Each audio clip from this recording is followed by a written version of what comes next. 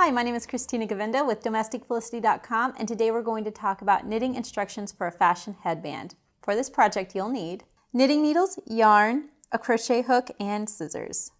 We're going to start out by casting on. Make sure you have enough tail to be able to cast on as many stitches as you'd like.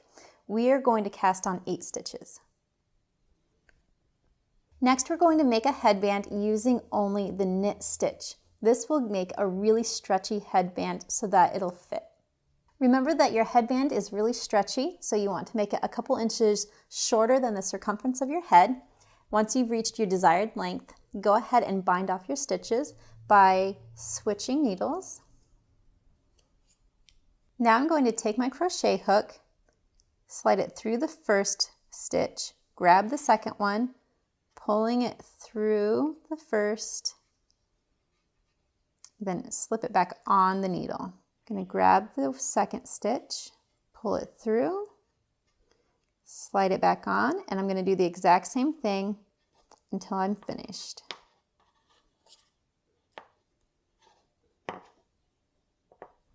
Next, I'm ready to clip my yarn, but I'm going to use this same yarn to stitch my 2 ends together. So I'm going to leave plenty of room. Once you're finished binding off and you've clipped your yarn, you're going to grab the yarn with your crochet hook and pull it through the loop. I have my 2 ends here, and I'm going to twist one end around so that there is a place on the headband that folds as it wraps around your head, and that will sit more comfortably at the back of your neck under your hair.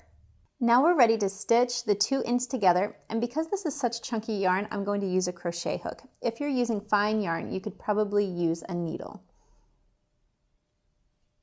Going to go through the first stitch and go through the first stitch here, grab my yarn and pull it through. Now I have a loop here, and I'm just going to crochet it all the way down. So I slipped the stitch through. I'm going to go through the next 2 stitches the same way. Pull it through. Once you have it completely stitched together, using your crochet hook, pull the tail through the last loop and tighten it. Then we're going to clip our yarn so that it's just the right length for weaving back in and hiding. Now using my crochet hook, I'm going to hide each tail by weaving it into the project.